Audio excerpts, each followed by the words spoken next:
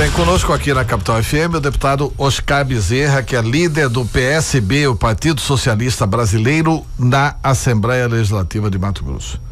Deputado, recentemente o PSB ganhou muito espaço dentro do governo Pedro Taques, inclusive, mas ouvi entrevistas aqui nesta emissora do deputado Fábio Garcia e sua também, dizendo que havia um compromisso do governo.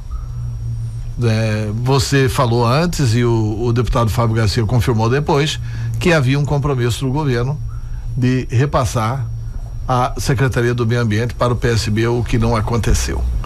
Isso aí serviu para estremecer ou tá tudo normal? Também já li uma entrevista sua também hoje na Gazeta, que tá tudo normal, as gerações estão ótimas aí com o governo Pedro Taques. Bom dia, prazer tê-lo conosco. Bom dia, Tero, bom dia, Marco, bom dia, Leís, é uma satisfação poder estar nessa emissora.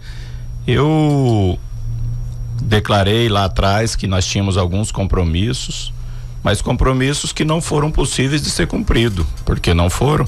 Portanto, nós temos que entender que quem está com a caneta na mão é Pedro Taques, do PSDB, e obviamente os espaços do governo que ele faz, cabe a ele a definição. Foi antes na Secretaria das Cidades, quando colocaram o Wilson Santos, foi agora com a SEMA, e nós temos que aceitar. Aliado é isso, Antero. Aliado tinha também um compromisso nas cidades? Tínhamos. Parece lá que atrás. O Max queria ir para as cidades, né? Isso. Outro estava sentado, queria ir para as cidades, é isso? Estava certo. Mas enfim, política ela muda muito e muitas vezes os parceiros acabam tendo que ceder para acomodar, numa forma geral, os outros que muitas vezes poderiam estar insatisfeitos. Tá. Como é que você avalia? Eu tenho comentado aqui, inclusive eu comentei hoje isso aqui, que vem aí 2 debates importantes para o governo na Assembleia. E o governo tem uma base de 20 contra 4 opositores. Teoricamente, é um debate fácil de vencer. Agora, eu quero saber esse debate na opinião pública, se o governo vai colocar a cara para defender as teses do governo. Com relação, eu estou falando aqui do teto dos gastos. Eu acredito que a sociedade, de uma maneira geral, precisa conhecer um pouco mais esse programa e os resultados que eles vão trazer ao longo do tempo. Porque eu não tenho dúvida, Antero, que a redenção do estado de Mato Grosso, não só do estado, Mauro, como também do Brasil. Ou a gente dá uma limitada nos excessos que vinham ocorrendo, ou infelizmente não se consegue mais pagar folha de pagamento. Então nós estávamos aqui ouvindo a entrevista de vocês com relação à saúde, que é essencial, primordial para o cidadão de baixa renda do nosso estado, que precisa do Sistema Único de Saúde. Se não conseguirmos adequar de que esse dinheiro chegue realmente na ponta, o caos tende a aumentar, Antero. Então esse teto dos gastos, na minha opinião, apesar da insatisfação de servidores públicos, vai ser a redenção do nosso país, e não só do estado de Mato Grosso, como das prefeituras do interior, que hoje estão tomando conta 55, 56% do seu orçamento para apenas folha de pagamento. Paulo Camargo, Laís Souza. Eu queria só fazer um questionamento prévio antes da gente entrar nessa discussão que é muito importante, mas saber o posicionamento. Você começou a sua pergunta falando da bancada majoritária do governo, e salvo exceções raríssimas, a gente vê o barulho da oposição muito forte, né? Com 4 deputados que fazem um barulho enorme. O governo ganha no voto, mas não ganha na opinião pública. Na opinião pública, tem uma dificuldade enorme. Porque a gente percebe também que há uma dificuldade da base governista se manifestar e fazer a defesa pública do governo e dessas posições, como o senhor está propondo aqui agora, colocando que, olha, isso aqui tem que ser feito e tal. É muito difícil ouvir. O que acontece, deputado? Por que a base não assume o governo de fato?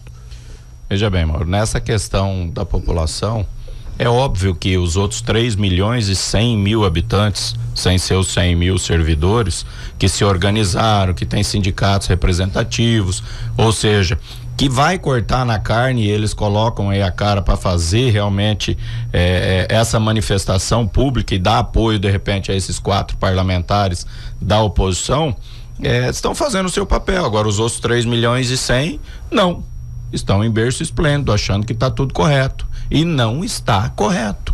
Da forma que está, como eu já disse, nós não vamos conseguir oferecer serviço público, já estamos deficitários e vamos entrar num colapso total se não corrigirmos os rumos do nosso país, do nosso estado e dos municípios. Então, por isso é que a base do governo, a grande maioria, que não é toda, viu, Antero, nesta questão, nós temos lá servidores públicos, deputados. Não acredito que toda a base do governo acompanhe, por exemplo, esta reforma. Mas a maioria com certeza vai acompanhar. Tem servidores públicos que você fala na base. Deputado, na base. Deputado. Vanclé Carvalho é um servidor público. Vanclé, acho que o Leonardo. E a gente tem que compreender, porque são companheiros que tá vindo do setor público, foram eleitos representantes do setor público, então é natural. Mas assim, só complementando o que o Mauro falou, por exemplo, o dia que foi aprovado as contas do governo, apenas um deputado fez uso da palavra e a voz que mais foi propagada na imprensa foi a deputada Janaína Riva, né? Que fez um discurso apontando todas as falhas da gestão do Perutax. Nós sabemos que tem mais acertos do que erros, né? Mas ela pegou justamente todas as falhas, apontou as falhas de governo, e um único deputado, que foi o Sebastião Rezende, fez o uso da palavra para defender o governo, o que acaba passando a imagem, pelo menos para quem está do lado de fora, de que, bom, nem precisa defender, ou nós não estamos confortáveis para defender essa gestão. Como que o senhor analisa isso? Não é. Não sei se vocês lembram agora, num passado muito recente, a única que falava também na tribuna era outra mulher, que era a Luciane Bezerra. Ela era a oposição. E a Janaína está fazendo o papel de oposição. Você pode ver que até os outros três têm uma dificuldade de fazer um enfrentamento, mas Janaína, acho que tem um histórico aí, tem um DNA aí que consegue propagar o seu interesse, de repente, de marcar uma posição muito forte como oposição. E aí nós vamos ficar debatendo, rebatendo. O posicionamento dela precisa ser respeitado. Agora, nós sabemos, obviamente, de todos os acertos do governo, e não precisamos ficar pontuando, até porque a população tem vivenciado muitos deles dia a dia. Deputado, eu tenho me posicionado muito claramente, e eu tenho consciência disso, convicção disso. Essa é uma convicção pessoal, não tem nada a ver com o jornalismo que fazemos, inclusive. Mas eu acho que o servidor não pode ser a única válvula de escape para resolver o problema da crise. Que o Estado tinha que fazer um ajuste. Estamos esperando a reforma. Tinha que eliminar gastos, tinha que cortar despesas, tinha que cortar na carne. Até porque o projeto de teto de gastos lá de Brasília, lá do Congresso Nacional, o que foi aprovado pelo presidente Michel Temer, ele é um projeto que repõe o RGA. Ele é um projeto que limita o gasto público, que diz que de um ano para outro não pode aumentar o salário mais do que a inflação. E pela situação da nossa economia, sem fazer o ajuste, sem cobrar de quem deve, eu acho que o Estado talvez proponha, mais uma vez, não conceder o RGA. Na realidade, o projeto federal, ele é opcional, essa vinculação, porque cada estado é que faz a sua própria regra, dependendo, obviamente, do fluxo de caixa, da situação financeira que o estado está vivenciando. Eu, particularmente, não tive a oportunidade de ver o projeto aqui do governo do estado ainda. Então, nós queremos, obviamente, ajudar nesse debate, na busca, obviamente, se for o caso, de colocar a recomposição. Agora, precisamos ver os números. Não tem como a gente tentar querer inventar a roda se não é possível. Então, essa é a defesa, eu acredito, da maioria do parlamento estadual. Se nós estamos vivenciando um momento difícil e precisamos estancar os sangramentos, eu acho que a reforma administrativa é ponto fundamental, que nós temos que mostrar também que o governo está cortando, como você disse, na própria carne e, consequentemente, daí seria também nesse novo programa. Deputado, mas não é um contrassenso, por exemplo, o Estado, ele anuncia que vai cortar cargos, que não vai dar RGA para servidor público e vem uma reforma administrativa. E em contrapartida, ele anuncia concurso público, né? Para educação, para segurança, já tem concursos públicos em andamento até. Mas educação, você tira o interino e põe o efetivo. Educação muito... mas tem concurso público que já foi anunciado para atividades da Polícia Civil, né? Tem para Politec, tem vários concursos públicos em andamento que já foram anunciados que o governo irá realizar sistema penitenciário. Não vai inchar mais ainda essa máquina? Também não seria a hora dos deputados darem uma brecada nisso, até para não comprometer o pagamento do salário de quem já está na ativa e os pensionistas? Pois é, a lei tem umas controvérsias, né? Que enquanto não regulamentarmos nenhuma nova legislação no sentido de que vai ser parado os concursos públicos, não vai ter sequência, mas não vai ter, é obrigado cada gestor, num período determinado, fazer o concurso. Recentemente, Juarez Costa, lá de Sinop, é um exemplo muito claro, né, Antero? Que foi o que não fez o concurso público e foi condenado agora pelo Ministério Público com a perca dos direitos políticos, porque não fez concurso público. Então, nós precisamos entender essa mecânica. Muitas vezes a população realmente acaba não sendo compreensível. Poxa, tá querendo cortar e mais concurso. É natural de que o gestor tente fazer com que a lei seja cumprida. Agora, se esse teto, não sei se tem isso também, determinar que ao longo de tantos anos não terá mais o concurso público, talvez daí regulamente e automaticamente todos esses processos sejam cancelados. E essa situação também é difícil, né? Porque cada setor é um setor, às vezes você tem necessidade. E educação e segurança, eu acho que nem entraria dentro do negócio do teto. Nós já tivemos aqui um absurdo. Não, entra tudo dentro do teto. Entra tudo dentro do teto. Você apenas o legislativo fica com a prerrogativa, aí sim que nós vamos ver se o legislador prioriza a saúde e a educação ou se prioriza a pontinzinha. Ou se prioriza a obra de infraestrutura. Aí que nós vamos ver se o senador, o deputado federal, vai priorizar o dinheiro. Por exemplo, esse ano, com controle de gastos, tem 10 bilhões a mais na educação no ano que vem. Por quê? Porque o Congresso Nacional assim deliberou. E tem o controle de gastos? Tem. Mas eu queria estar aqui, assim, 4 exemplos de como que o governo podia fazer e não faz. Primeiro, que eu acho que nós estamos vendo aqui um exemplo maior de que o Brasil se mobiliza pelas corporações.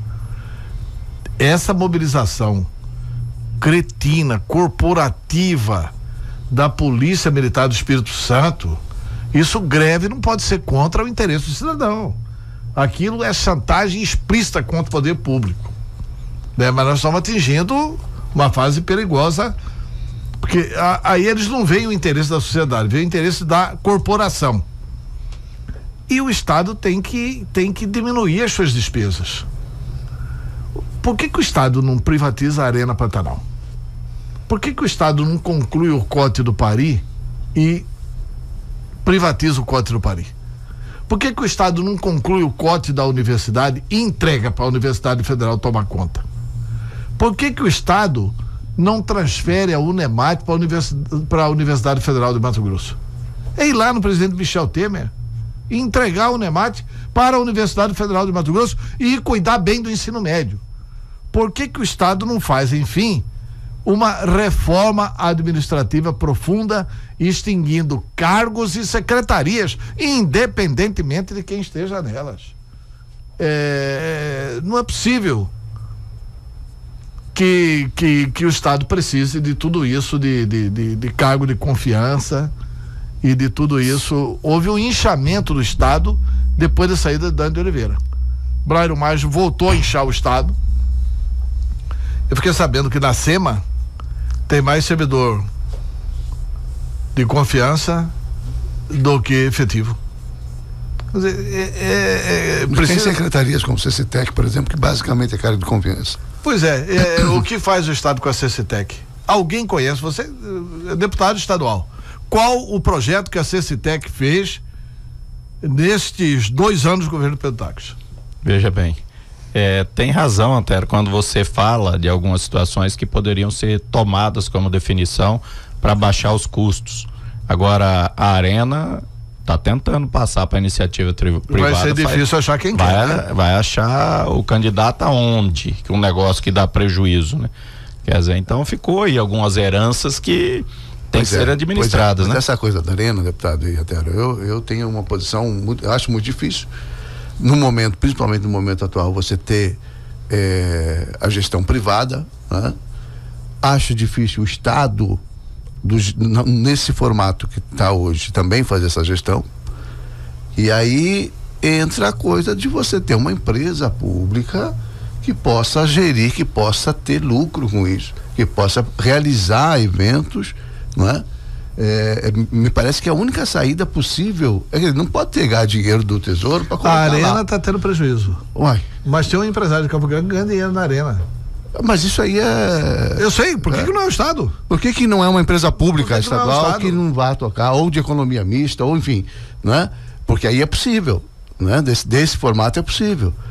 Fazer uma gestão bem feita, fazer eventos, realizar Mas o Estado tem uma empresa pública nesse setor? Não tem, mas é só criar. Teria que criar. O Geraldo Alckmin, Mário Covas criou uma empresa de venda de ativos, né? No governo dele em São Paulo. Mas, deputado, vamos aí, quais são as prioridades deste período de mandato? Posso para encerrar essa discussão, Antero, você desculpa aí, é porque é o seguinte, está discutindo a questão do teto de gastos, dessa lei complementar, está se discutindo medidas que o executivo possa daqui a pouco tomar. A gente lança suas cabeceiras, governador. Aí. Não é porque é o seguinte, por que eu estou preocupado aqui? Eu recebo, Antero. É porque o executivo acaba arcando com todas as contas, né? Com todas as obrigações, com o bônus todinho de realizar as coisas.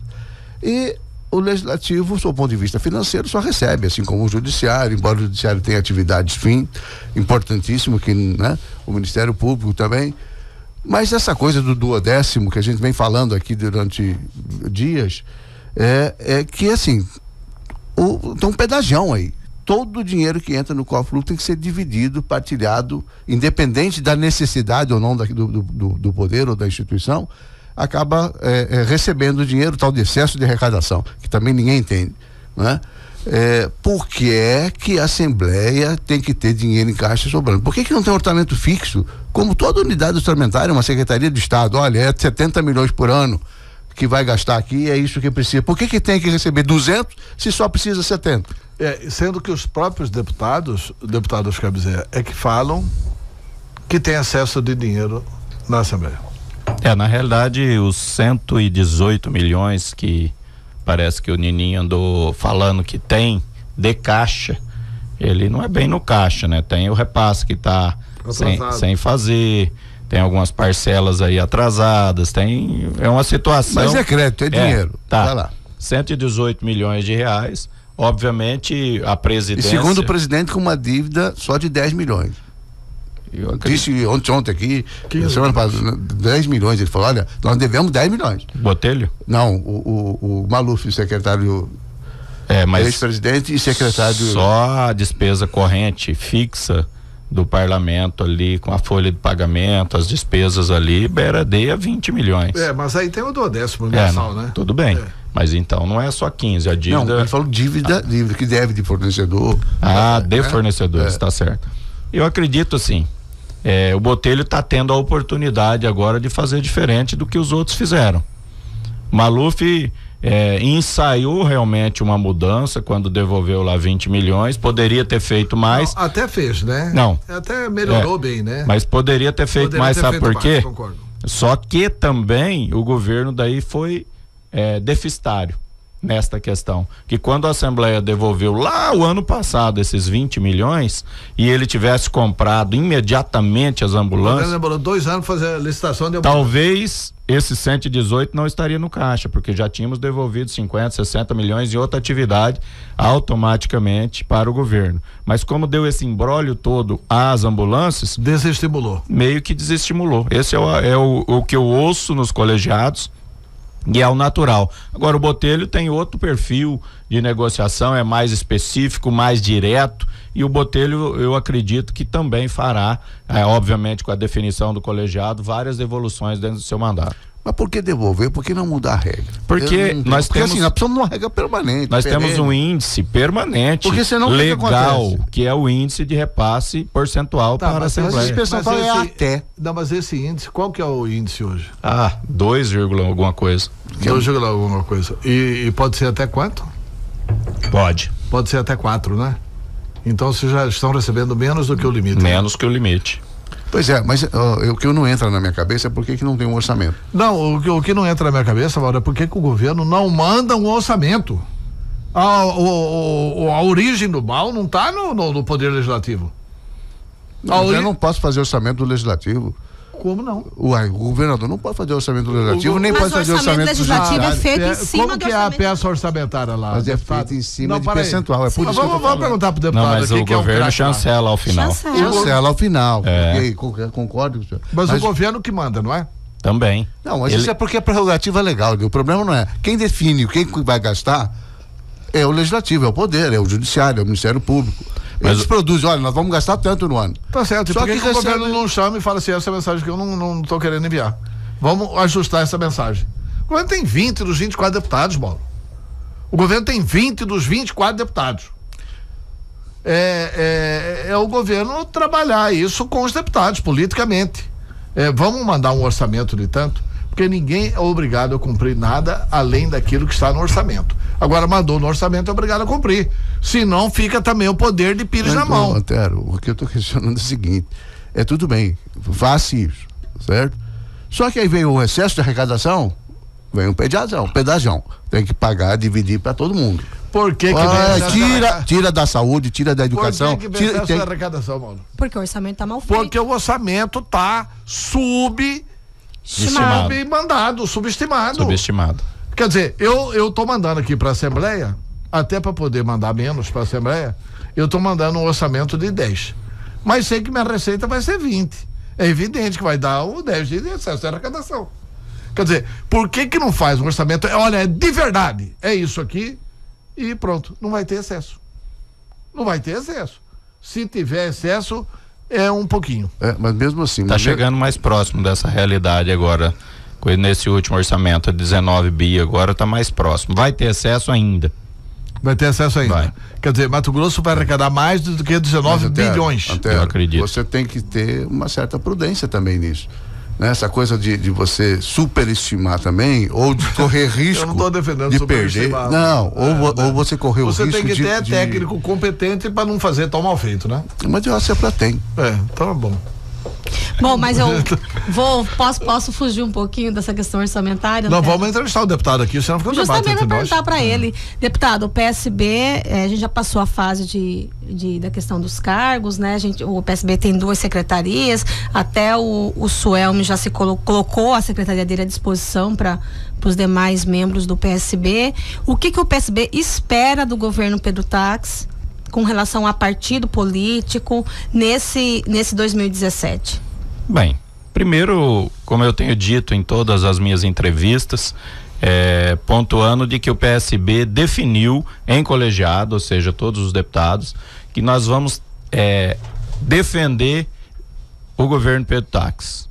2018 se fala em 2018, não se fala antes do período correto de se conversar a respeito de eleição. Não é hora de falar. Não é hora. Então nós vamos realmente defender a administração, procurar ajudar com ideias, apresentando algumas soluções inteligentes. Por exemplo, Antero, esta semana, hoje, a redenção, como eu disse aqui numa entrevista, do Estado é o FETAB e dos municípios não é diferente, Mauro.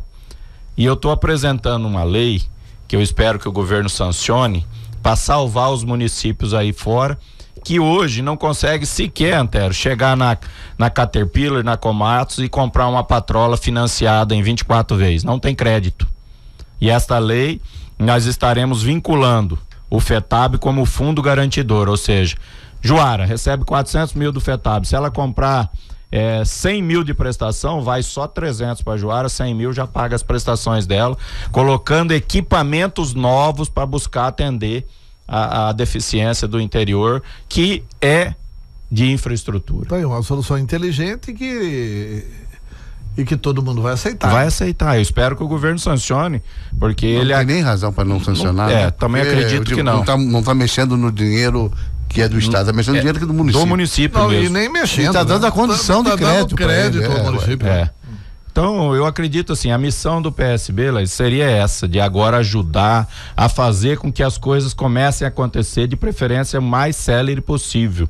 O povo precisa ser assistido pelo poder público e, infelizmente, em alguns setores está deficitário. Embora o senhor diga que nós vamos falar de 2018 em 2018, o senhor já falou um pouquinho, o governo já falou um pouquinho, o senhor falou um pouquinho, o Nilson Leitão rebateu um pouquinho, o senhor falou que ia precisar de pesquisa, Nilson Leitão falou, fora pesquisa, né? Quem está na base já apoia a candidatura do governador Pedro Taques.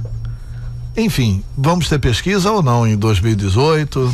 Se o Mauro Mendes estiver bem pro governo, se algum outro líder do PSB estiver bem pro governo, vai ter pesquisa ou não vai ter pesquisa? Eu acredito assim, Antero.